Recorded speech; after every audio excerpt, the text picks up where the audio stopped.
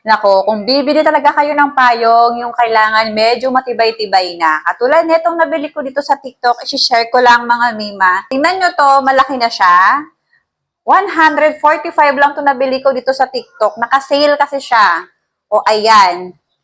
Ang kinaganda nito, mga mima, ayan, 10 na yung ribs niya. So, tapos, sa bawat ribs niya, dalawa yung bone. So, 20 piraso na siya. So, matibay siya. Hindi basta masisira pag nilipad ng hangin. Ayan, tsaka 3 kasya dito tao. Tsaka very aesthetic ang kulay. Ayan, kung gusto mo medyo white, dirty white ang kulay nito. Tapos, merong color black, maroon, blue, may mga ganyang kulay. So, may option naman doon kung mag-check out kayo. O, ayan, tingnan nyo naman. Tsaka, automatic siya. Ayan. Sana nga mga mima, ito na lang yung mga binili ko ng mga previous na payong eh. Sayang lang kasi mabilis din masira. So, ito na lang. Malaki pa. O, kung gusto nyo mag-check out, ilalagay ko na lang sa yellow basket. I-click nyo lang yung yellow basket dyan.